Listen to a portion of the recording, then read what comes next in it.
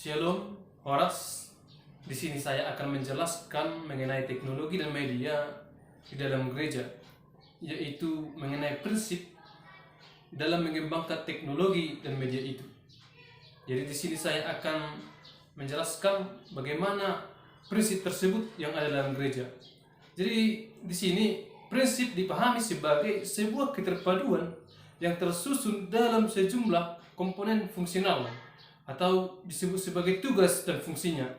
Jadi di sini gereja bertugas sebagai yang menjalankan fungsi dari gereja tersebut. Dalam hal ini saling berhubungan yang secara bersama-sama mencapai sebuah tujuan tertentu yang hendak dicapai. Dikaitkan dengan gereja, maka hal itu akan merujuk kepada setiap komponen yang ada dalam gereja sehingga gereja dapat menopang dan mendorong gereja pada pencapaian yang lebih baik sesuai dengan panggilannya, sehingga gereja mampu berkembang dan bertumbuh di dalam iman. Adapun komponen-komponen yang dimaksud terhadap prinsip ini tidak lain dari Renstra. Dalam hal ini kita tahu bahwa Renstra itu sering disebut dengan rencana strategi. Dalam hal ini saya akan menjelaskan bagaimana susunan dalam prinsip gereja yang berhubungan dengan itu. Yang pertama kita akan membahas tentang rencana strategis, yaitu Renstra. Merujuk kepada komponen atau catatan tertulis yang dibuat oleh gereja sebagai organisasi yang berisi tentang rencana-rencana organisasi yang bersifat strategis. Hal inilah yang disebut dengan sebagai rencana strategis. Dan hal ini juga digunakan untuk pada waktu jangka panjang. Rencana strategi ini menjadi paduan bagi gereja dalam menentukan kebijakan program atau target yang hendak dicapai dalam pelayanannya. Jadi jika saya hubungkan dengan pengalaman saya ketika saya mengikuti CP di GKPI 3 Baru, khususnya di gereja GKPI Embinanga, bahwa dalam gereja tersebut ada visi dan misi yang hendak dicapai gereja, sehingga gereja membuat rencana strategi yang secara tersusun dari atas hingga pada visi yang paling bawah, sehingga gereja dapat berkembang menuju kedewasaan iman tersebut. Itulah yang menjadi sebuah prinsip dari rencana strategi. Selanjutnya kita akan membahas tentang administrasi gereja. Ini juga bagian dari prinsip gereja dalam mengembangkan dan membawa gereja dan mendorong gereja kepada perubahan yang lebih baik. Jadi di sini kita akan membahas tentang administrasi gereja tersebut, di mana hal ini merujuk kepada proses penyelenggaraan secara teratur kepada kegiatan gereja melalui tahapan perencanaan, pelaksanaan, dan pengawasan untuk mencapai tujuan penginjilan dan pembinaan terhadap pelayanan sosial yang ada dalam gereja tersebut. Dalam hal ini administrasi gereja juga dimaksudkan yaitu berurusan tentang hal surat menyurat, rapat-rapat maupun organisasi pada umumnya. Oleh sebab itu, administrasi gereja selalu bersangkut paut dengan iman dari pribadi pemimpin gereja tersebut, baik itu dari pemimpin tertinggi hingga pada pendatua dan guru-guru jemaat yang ada dalam gereja tersebut. Akan tetapi tidak terbatas pada hal itu juga, terbatas pada bagian dari warga jemaat gereja yang ada dalam gereja tersebut. Nah, jika saya kaitkan dengan pengalaman CP saya, dalam hal ini ketika saya melaksanakan CP di GKP 3 Baru, bahwa sebagaimana pengamatan saya, bahwa dalam gereja tersebut dilengkapi dengan administrasi yang cukup baik. Nah, bukan hanya pada surat menyurat saja, akan tetapi mereka bukan melakukan administrasinya itu sesuai dengan kemajuan teknologi yang ada saat ini. Mereka tidak melakukan itu secara tertulis saja, akan tetapi membuat sebuah dokumen yang dapat dibuat dan disimpan dan dapat dimiliki setiap orang gereja maupun pemimpin maupun penatua yang ada dalam gereja tersebut. Sehingga ketika dalam evaluasi, ketika gereja membutuhkan bukti dari administrasi yang ada dalam gereja tersebut, maka dokumen itu dapat dilakukan untuk dibuat sebagai bahan evaluasi mereka. Selanjutnya kita akan belajar tentang bagaimana itu struktur organisasi yang merupakan bagian dari prinsip dalam mengembangkan kehidupan di gereja. yaitu struktur dan kepengurusan. Nah, di mana kedua hal ini saya coba gabungkan karena merupakan bagian yang seyogianya tidak dapat dipisahkan. Terlebih melihat kenyataan dalam kehidupan gereja, dalam mengembangkan gereja dalam kehidupan saat ini. Nah, tentu juga ini juga berhubungan dengan kehidupan di gereja yang saya lihat, yaitu struktur organisasi menjadi sebuah bagan yang ditata sedemikian rupa untuk mencapai tujuan tertentu dengan berbagai komponen yang ada di dalamnya, yaitu yang memberikan peranan masing-masing sesuai dengan apa yang menjadi tugas dan tanggung jawabnya. Nah, sedangkan dalam hal ini bahwa kepengurusan di sana juga dibahas kembali bagaimana setiap komponen atau posisi itu melaksanakan tugas sebagaimana mereka akan mempertanggungjawabkan tugas itu sesuai dengan visi dan misi yang ada dalam gereja tersebut. Itulah merupakan bagian dari prinsip kepengurusan dan pengorganisasian dalam gereja. Selanjutnya itu kita akan membahas tentang bagaimana prinsip gereja sebagai gereja yang bersekutu, bersaksi, dan gereja yang melayani. Yang pertama kita akan membahas tentang gereja yang bersekutu. Esensi persekutuan atau koinonia sering disebut dengan atau sering diartikan sebagai persahabatan atau himpunan partisipasi bersama dalam menopang kehidupan gereja, yaitu ada sebuah perkumpulan atau ada sebuah gabungan yang dimana di dalamnya adalah untuk mengembangkan gereja, yaitu antara jemaat dan dengan pengurus gereja. Nah, partisipasi ini menjadi salah satu tolak ukur akan keberhasilan pelayanan gereja tersebut. Oleh sebab itu, program koinonia harus dirancang dengan sangat baik, harus tersusun secara rapi, dan harus dibuat dengan kesepakatan bersama sehingga tidak melanggar pada ketentuan yang telah dibuat tersebut atau berlawanan dengan prinsip yang ada dalam kehidupan jemaat tertentu. Nah, dalam hal ini program koinonia harus dirancang dengan sangat baik karena melalui persekutuan tersebut ada hubungan yang erat antara jemaat dengan Tuhan, yaitu hubungan antara jemaat dengan sesamanya juga dalam membangun kehidupan iman dalam kehidupan jemaat tersebut. Selanjutnya kita akan membahas tentang bagaimana sebenarnya gereja yang bersaksi itu atau sering disebut sebagai marturia. Dalam hal ini marturia adalah menjadi salah satu tugas panggilan dari gereja.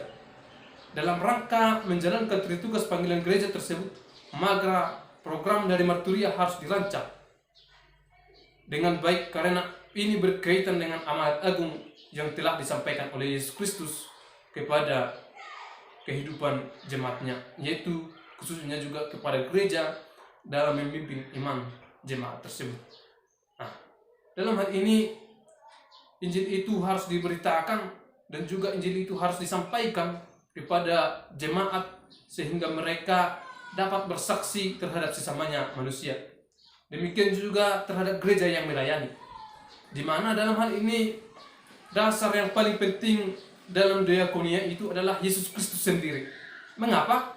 Karena Yesus Kristuslah yang kita sampaikan, yang kita beritakan, yang kita nyatakan kepada jemaat sehingga mereka dapat bersaksi, bersekutu, dapat menyatakan bahwa Kristus itulah jalan kehidupan dan jalan yang benar yang akan kami tuju dalam kehidupan kami, dalam mencapai kehidupan kami selanjutnya. Nah, dengan demikian bahwa diakonia ini memberikan arah kepada kita untuk melakukan pekerjaan diakonal, yaitu untuk Kristus.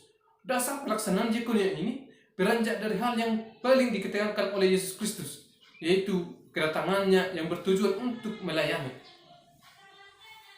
Hal yang sama juga dikatakan oleh Paulus, yaitu Yesus datang sebagai hamba dan menjadi sama seperti manusia.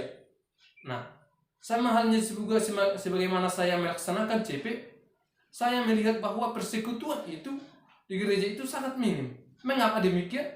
Karena tidak ada prinsip atau tidak ada secara terstruktur bagaimana prinsip marturia, bagaimana prinsip diakonia, bagaimana prinsip koinonia itu diatur sedemikian rupa sehingga persekutuan di gereja itu sangat minim sekali. Nah, hal inilah yang perlu diperhatikan gereja, khususnya juga dalam mengembangkan dan membawa gereja itu kepada kehidupan yang seutuhnya, yaitu membawa gereja kepada kebenaran iman, yaitu khususnya kepada Yesus Kristus. Selanjutnya kita itu akan membahas bagaimana tentang teknologi dan bentuk-bentuk media tersebut. Nah, sebagaimana yang kita pahami bahwa dalam memanfaatkan media dan teknologi yang ada dalam gereja itu harus menggunakan sistem manajerial yang tepat dan juga adanya evaluasi bagi diri gereja. Apakah akal pikiran yang diberikan Allah telah dipakai manusia dengan baik untuk belajar menjelmakan teknologi dalam bentuk-bentuk yang ada dalam gereja sebagai media perantara antar jemaat dengan Allah. Nah, tentu dalam hal ini kita juga harus memahami bagaimana kehidupan teknologi dan media itu yang ada dalam gereja, yang hanya bukan sebatas bagaimana pemahaman kita bahwa teknologi itu sering dipahami sebagai teknologi informasi, teknologi pertanian, alat-alat seperti dalam perkantoran. Akan tetapi dalam gereja itu hal itu bukan hal sebatas pengertian yang kita pahami saja, akan tetapi itu merupakan bagian atau cara yang dilakukan gereja untuk membangun, menopang gereja itu sehingga gereja dapat berkembang menuju kedewasaan iman. Selanjutnya kita itu akan membahas bagaimana itu mengenai prinsip yang selanjutnya itu tentang keuangan. Keuangan juga merupakan hal penting yang perlu kita pahami, yang perlu kita pelajari, dan juga perlu kita gali dalam melihat bagaimana sebenarnya keuangan itu yang ada dalam gereja. Khususnya juga karena dalam gereja sering sekali terjadi kesalahpahaman karena keuangan yang tidak jelas. Nah, keuangan gereja adalah salah satu untuk memajukan pelayanan pekerjaan Tuhan di gereja. Sumber keuangan gereja adalah jemaat itu sendiri. Tentu kita itu memahami bahwa jemaatlah yang merupakan bagian dari sumber keuangan. Baik itu dari persembahan, baik itu dari ucapan syukur, baik itu juga dalam iuran atau sentralisasi yang dilakukan oleh gereja. Sehingga tanggung jawab gereja itu dalam mengelola keuangan itu dibutuhkan dengan sikap yang efisien. Nah, berdasarkan pengalaman CP saya bahwa gereja sudah memulai atau menerapkan teknologi dan media tersebut dalam bidang keuangan. Mengapa saya katakan demikian? Bahwa yang saya lihat dalam pengalaman saya, yaitu gereja mampu membuat keuangan gereja itu secara transparan dan pembukuan yang lengkap. Teknologi inilah yang membuktikan bahwa gereja itu bukan hanya sebatas gereja yang hanya bersekutu sesuai dengan pemahaman kita yang selama ini hanya berdoa bernyanyi saja, akan tetapi bagaimana dalam gereja itu juga ada sebut dengan bagaimana administrasi gereja, yaitu khususnya juga tentang keuangan gereja, yaitu yang membawa gereja kepada pelayanan yang lebih baik lagi. Baru selanjutnya itu ya tentang prinsip gereja dalam hal kepemilikan. Nah, jika kita ketahui bahwa kepemilikan gereja itu bahwa Yesus Kristuslah yang menjadi milik gereja, sehingga sebagai Yesus Kristus yang menjadi pemilik gereja, sebagai kepala gereja, maka dalam praktek manajemen gereja dan juga akuntabilitas pengelolaan harta benda gereja harus sesuai dengan kehendak Kristus. Bahwa mengingat hal itu, untuk memudahkan gereja dalam melakukan pengelolaan kepemilikan gereja, maka diperlukan pedoman atau ketentuan terhadap pengelolaan kepemilikan gereja di samping berjalannya fungsi dari gereja tersebut. Nah, dalam pemahaman saya juga, dalam pengalaman saya juga ketika melihat dalam gereja-gereja, khususnya di gereja saya, bahwa kepemilikan itu merupakan dasar dalam melaksanakan pelayanan gereja. Itu merupakan bagian dari hal penting yang perlu dipahami oleh gereja, baik itu altar, baik itu hal-hal yang mendukung pelayanan di gereja tersebut. Nah, sehingga pelayanan gereja bisa untuk memajukan kedewasaan iman oleh jemaat. Selanjutnya kita akan membahas tentang bagaimana sebenarnya kepemimpinan gereja, di mana hal ini juga bagian dari prinsip gereja dalam membawa kehidupan jemaat yang lebih baik lagi. Kepemimpinan Kristen dimaksudkan untuk menjadi berbeda dengan di dalam organisasi Kristen, di mana kepemimpinan Kristen ini dilihat dari bentuk-bentuk kepemimpinan yang merupakan bagian dari panggilan kehidupan orang-orang menjadi hamba Kristus. Nah, prinsip penting dari seorang pemimpin Kristen adalah karakter dan keteladanan sendiri. Hal ini tentu sangat erat kaitannya dengan nilai-nilai kebenaran Kristen itu sendiri yang berfokus kepada Kristus. Prinsip inti kepemimpinan Kristus tersebut adalah memimpin dengan hati, memimpin berlandaskan dengan kasih kepada Kristus, berdasarkan kasih kepada sesama manusia, sesuai dengan kasih Kristus yang terlebih dahulu mengasihi kita. Selanjutnya kita akan membahas tentang bagaimana sebenarnya prinsip itu yang ada dalam gereja, yaitu tentang ide kreatif teknologi dan media dalam pembelajaran di gereja tersebut. Hal inilah yang merupakan bagian penting atau bagian akhir yang perlu dipahami gereja dalam membangun gereja, dalam membawa gereja ke hal yang lebih baik lagi, yaitu bagaimana gereja harus mampu menciptakan ide kreatif tentang teknologi tersebut dan media pembelajaran yang ada dalam gereja. Khususnya gereja tersebut adalah gereja yang harus mengajar, membimbing, membina ke dalam kedewasaan iman. Nah, ide kreatif ini merupakan cara gereja mengembangkan pelayanan gereja, khususnya dalam membentuk persekutuan yang sesungguhnya sesuai dengan pembelajaran gereja yang berdasarkan kepada iman kepada Kristus.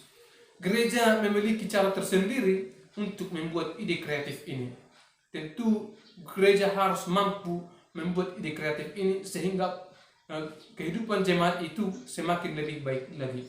Nah, jika saya lihat dalam kehidupan gereja bahwa ada cara dalam membuat ide kreatif ini, yaitu dalam media pembelajaran mereka yang dipisahkan dari sisi usia mereka masing-masing.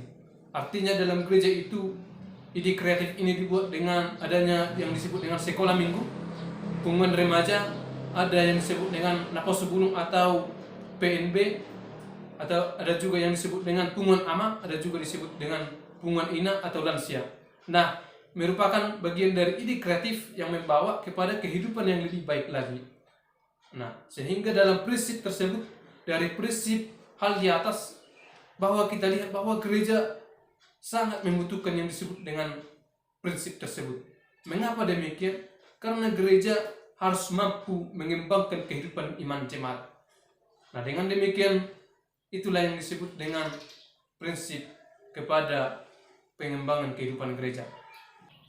Demikianlah hasil pemaparan saya sebagai UAS dalam mata kuliah Teknologi dan Media Pengajaran yang ada dalam gereja. Terima kasih.